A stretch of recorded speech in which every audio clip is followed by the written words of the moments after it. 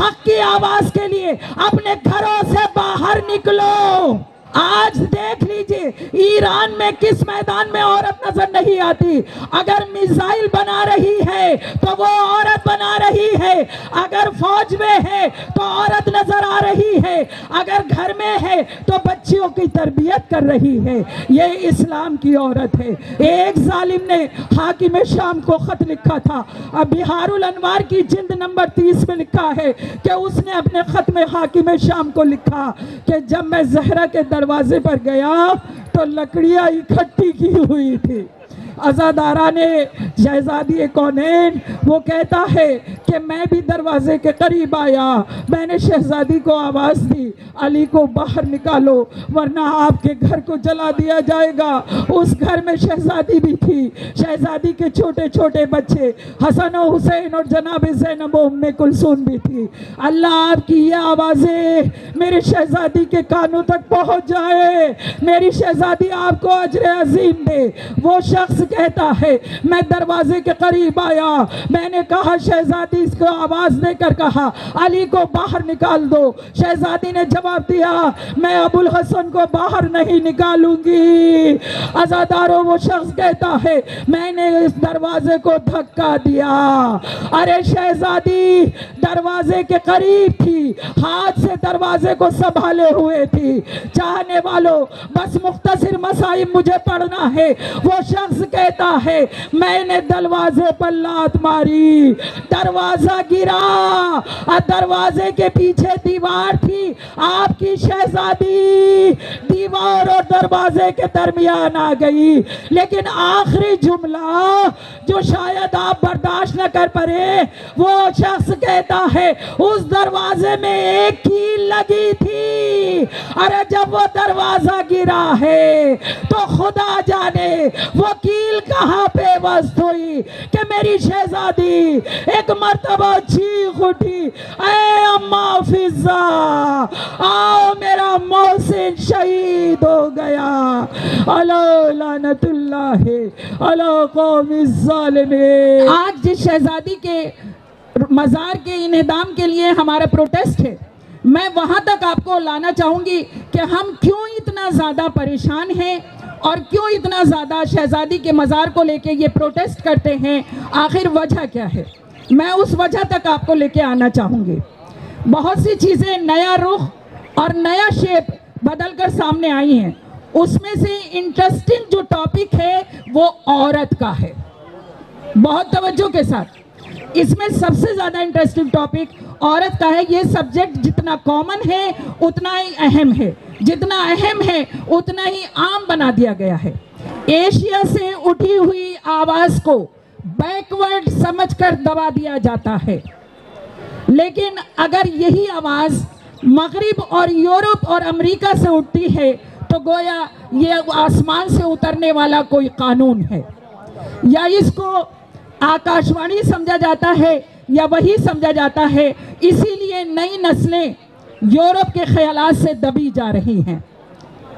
मैं सबसे बड़ा एक चीज़ जो आप हजरात के सामने रखना चाहूँगी कि जबकि सोचना तो ये चाहिए था, मेरे चैनल्स और मेरी मीडिया यहाँ पर मौजूद है, मैं उनके सामने ये बात लाना चाहूँगी।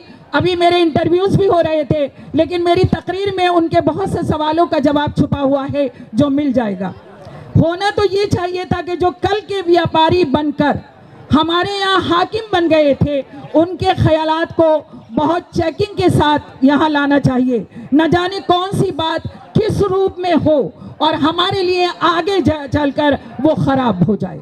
बहुत तवज्जो के साथ हिस्ट्री थोड़ा सा पेश करना चाहूँगी। सबसे बड़ा, चाहे हिंदू मज़हब हो, चाहे सिख मज़हब हो, चाहे मुसलमान हो, चाहे ईसाई हो, एशियन कल्चर जहां औरत को रेस्पेक्ट दी जाती थी, आज इन सब को यूरोप की ऐनक से देखा जाने लगा।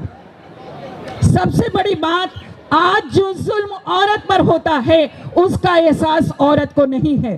कल तक औरत पर जो जुल्म होता था उसको एहसास दिलाया जाता था कि तुम हो ही इस काबिल, तुम हो ही ऐसे, तुम्हें एहसास कमतरी का उसको शिकार बना दिया जाता था, उसकी इज्जत लूटी जाती थी, उसको कहा जाता था कि तुम पस्त हो, नीच हो।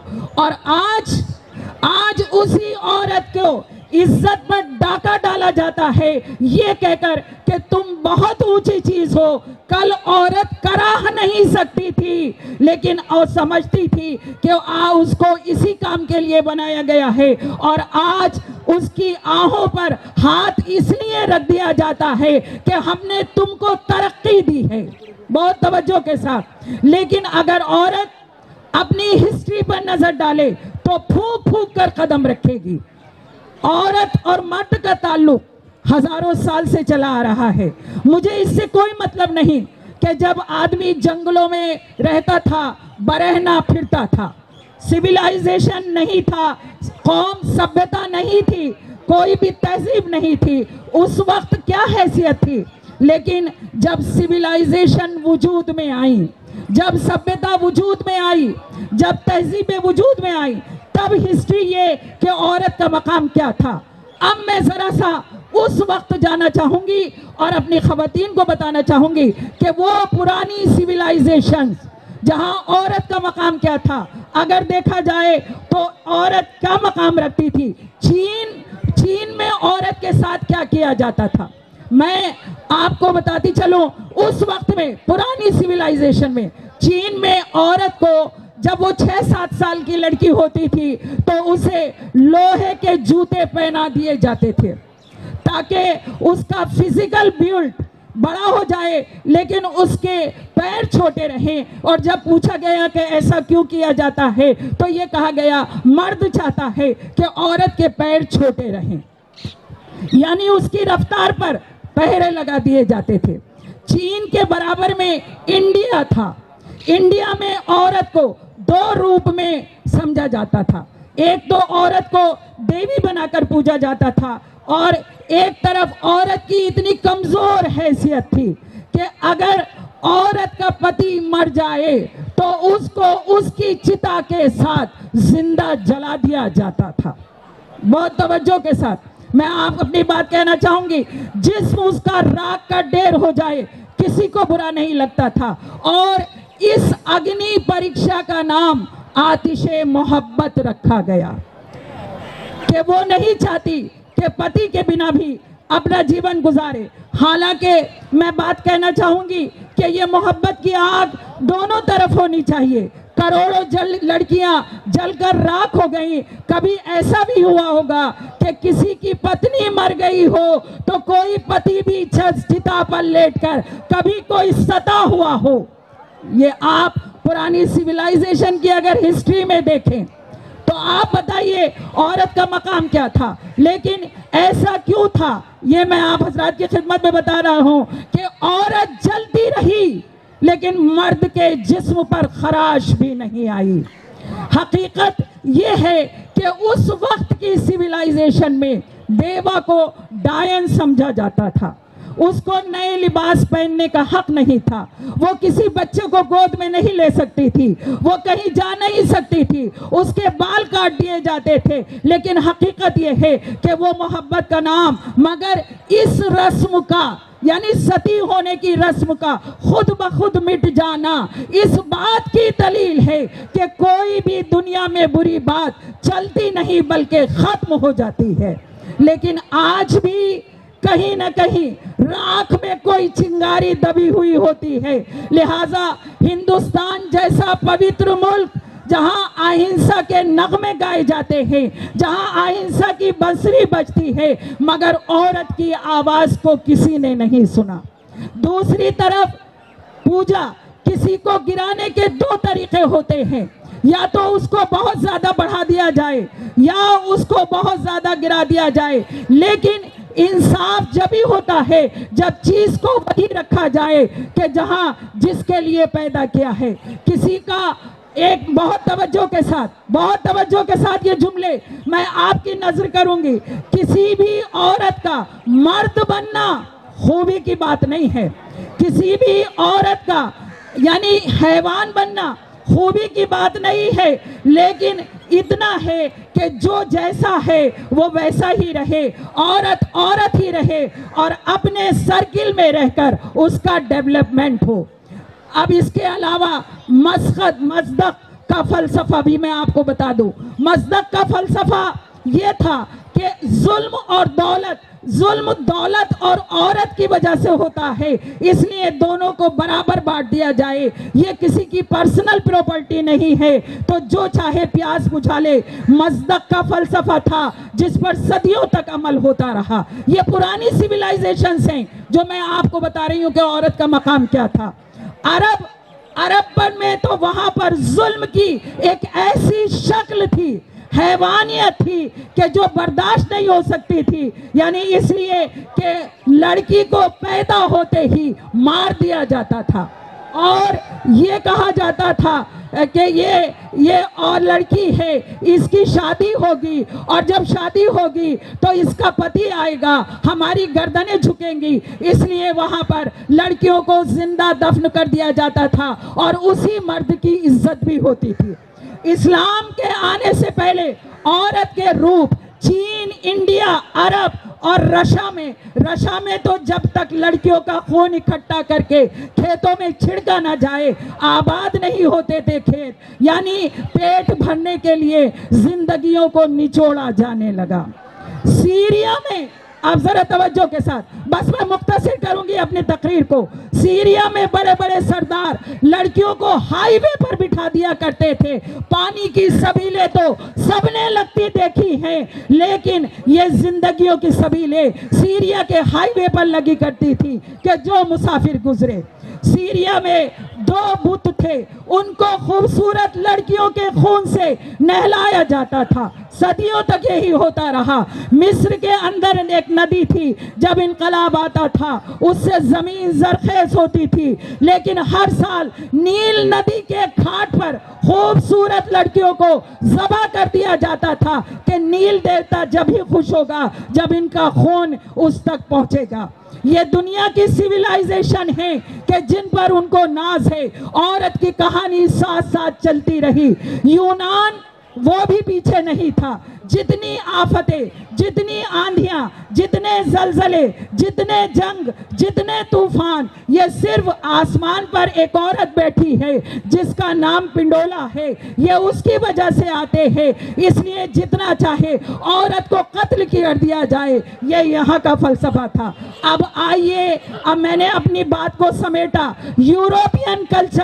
यूरोपियन कल्चर की तरफ आइए कि जहां पर उन पर जुल्म होता, इन्होंने सोचा औरत पर जुल्म होता चला आ रहा है, अब हम इसे आज़ादी देंगे और इसके साथ इंसाफ करेंगे। मैंने पुरानी सिविलाइजेशन मुख्तलिफ कंट्रीज की आप तक पहुंचाई। यूरोपियन कंट्रियों ने औरत को आज़ादी देने की बात करी और कैसी आज़ादी दी, जैसे कोई मरीज दवा भी खाए और फिर परहेज भी करे, लेकिन अगर कोई उससे ये कह दे कि मैं तुम्हें ऐसी दवा दूंगा कि तुम सिर्फ ये खाओ और उसके बाद परहेज ना करो, जो दिल चाहे वो खाओ, उसी तरीके से यूरोपियन कल्चर में औरत को ये मकाम दिया गया, हम तुम्हें आज़ादी देंगे। आज़ादी दी और कैसी आज़ादी, जॉब भी दी, कार भी दी, नौकरी भी दी, मगर घर उजड़ गया। बहुत तवज्जो के साथ। औरत और मर्द को बनाने वाला ऊपर वाला है, दोनों को बनाया है। वो चीज बनाता है, मकसद उसका पहले होता है, उसका एम है, सब्जेक्ट है, उसका पर्पस है। पर्पस, उसने अपना पर्पस बनाया और अपने पर्पस को उसने अपने कॉन्स्टिट्यूशन में रखा और उस कॉन्स्टिट्यूशन को कुरान की शक्ल में भेजा और उसके साथ कॉन्स्टिट्यूशन पर अमल करने के लिए उसने हुजूर सल्लल्लाहु अलैहि वसल्लम को भेजा। और हुजूर सल्लल्लाहु अलैहि वसल्लम ने यहाँ आने के बाद वो औरत जिसकी कोई हिस्ट्री न थी, जो कमतर चीज थी, उसने, इस्लाम ने औरत को वो मकाम दिया। बहुत तवज्जो के साथ। यानी जब इस्लाम आया है, ये पुरानी सिविलाइजेशन थी, लेकिन जब इस्लाम आया, इस्लाम ने औरत को वो मकाम दिया। आते ही जो बेटियां जिंदा दफन कर दी जाती थी, अब उसी रसूल ने बेटी की ताजीम करके बताया कि औरतें काबिले इज्जत होती है, काबिले मजम्मत नहीं होती। बात बहुत लंबी हो जाएगी, लेकिन थोड़ी सी और आप हजरात को ज़हमत दूंगी। इस्लाम में एक है पर्पस ऑफ लाइफ और एक है कंटिन्यूटी ऑफ लाइफ। इस्लाम ने औरत के मकाम को कितना बुलंद किया। अगर आप देखें तो उसने 2 डिपार्टमेंट रखे। इस्लाम ने 2 डिपार्टमेंट बनाए, एक एडमिनिस्ट्रेशन और एक मैनेजमेंट। एडमिनिस्ट्रेशन मर्द के हाथ में रखा और मैनेजमेंट औरत के हाथ में रख कर बताया कि अगर जिंदगी चलेगी तो दोनों डिपार्टमेंट को लेकर मर्द और औरत के साथ चलेगी। ये इस्लाम का कानून था।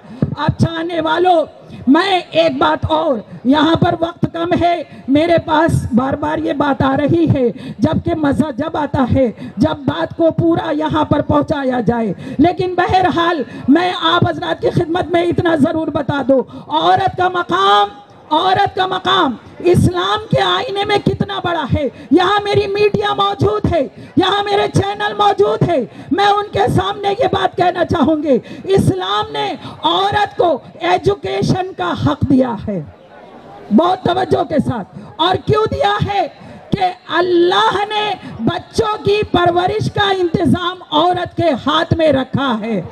अगर औरत एजुकेटेड होगी तो बच्चों की परवरिश भी वैसी ही होगी।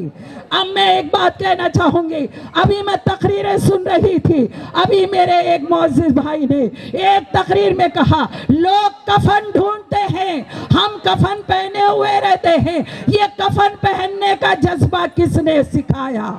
बहुत तवज्जो के साथ, ये माँ है, ये एक औरत है जिसने ऐसी नस्ल को पैदा कर दिया। लब्बैक या ज़हरा, सलाम या ज़हरा, आले सऊद मुर्दाबाद,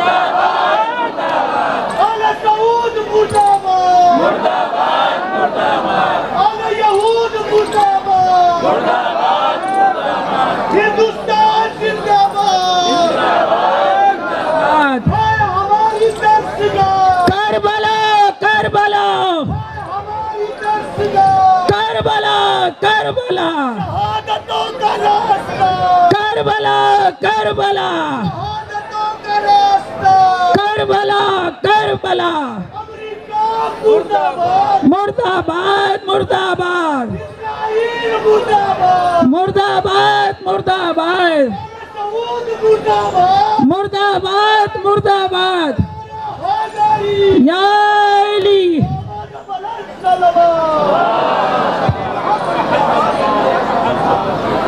चाहने वालों, ये इस्लाम है कि जिसने पुरानी सिविलाइजेशन में गिरी हुई औरत को हुजूर सल्लल्लाहु अलैहि वसल्लम ने बेटी की ताजीम को खड़े होकर बता दिया कि बेटियां काबिले इज्जत हुआ करती हैं। फख्र होना चाहिए ये तीन तमाम खवातीन को कि जो यहाँ पर मौजूद हैं। अभी एक जुमला मैंने तकरीर में और भी सुना, औरत को जंग में मैदान में जंग करने का हक इस्लाम ने नहीं दिया है। लेकिन आज जंतर मंतर पर आने के बाद इन खवातीन का जज्बा ये बता रहा है, हम जंग के मैदान में जंग तो नहीं कर सकते, लेकिन जंग के बाद फतह और हार की उन तमाम चीजों को लेकर करबला से कूफा और कूफा से शाम और शाम से यजीद के दरबार में जाने के बाद ज़ैनब ने बता दिया कि फतह को जिंदा रखने का काम एक औरत कर सकती है। लब्बैक या ज़ैनब, लब्बैक या ज़ैनब, लब्बैक या ज़हरा, मुर्दाबाद, मुर्दाबाद, मुर्दाबाद, मुर्दाबाद।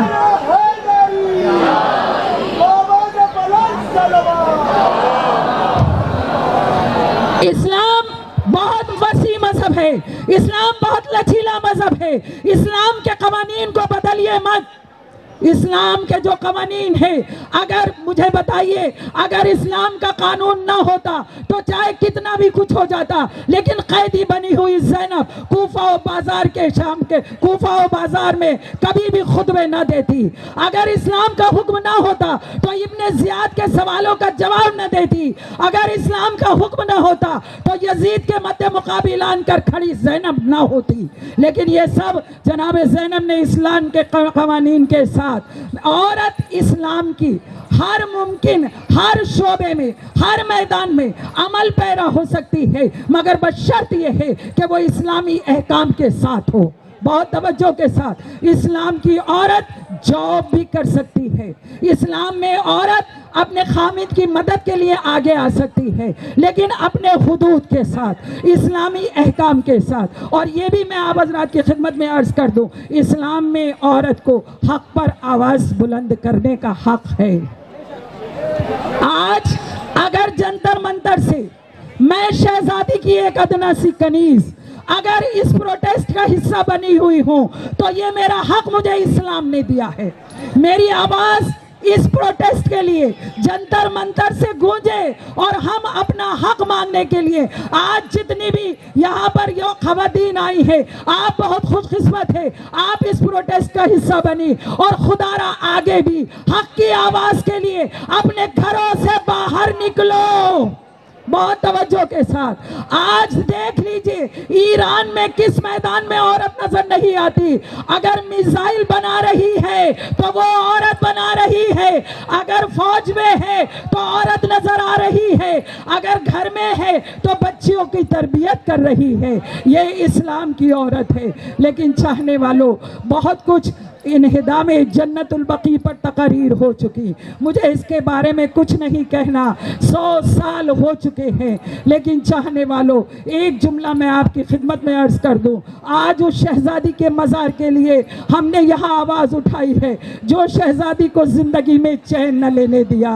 अज़ादारा ने शहजादी कौनैन जनाब फ़ातिमा ज़हरा सलामुल्लाह अलैहा के बारे में मैं इतना कहना चाहूँगी, एक जालिम ने हाकिम शाम को ख़त लिखा था। अब बिहारुल अनवार की जिल्द नंबर 30 में लिखा है कि उसने अपने खत में हाकिम शाम को लिखा कि जब मैं ज़हरा के दरवाजे पर गया तो लकड़ियां इकट्ठी की हुई थी। अज़ादारा ने शहजादी कौनैन वो कहता है कि मैं भी दरवाजे के करीब आया, मैंने शहजादी को आवाज़ दी, अली को बाहर निकालो वरना आपके घर को जला दिया जाएगा। उस घर में शहजादी भी थी, शहजादी के छोटे छोटे बच्चे हसन और हुसैन और जनाब ज़ैनब और उम्मे कुलसूम भी थी। अल्लाह आपकी ये आवाज़ें मेरी शहजादी के कानों तक पहुँच जाए, मेरी शहजादी आपको अजर अजीम दे।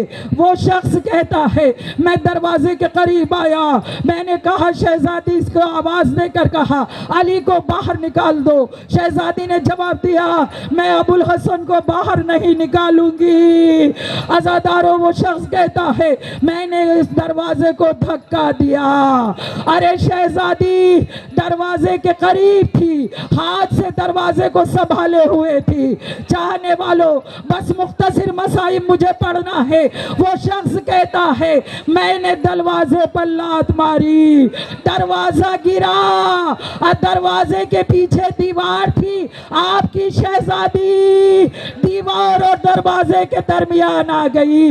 लेकिन आखिरी जुमला जो शायद आप बर्दाश्त न कर पाए, वो शख्स कहता है उस दरवाजे में एक कील लगी थी। अरे जब वो दरवाजा गिरा है तो खुदा जाने वो कील कहाँ पे वस्त हुई कि मेरी शहजादी एक मर्तबा चीख उठी, ऐ अम्मा फिजा आओ मेरा मोहसिन शहीद हो गया। अला लानतुल्लाह अला कौमिज़ ज़ालिमीन।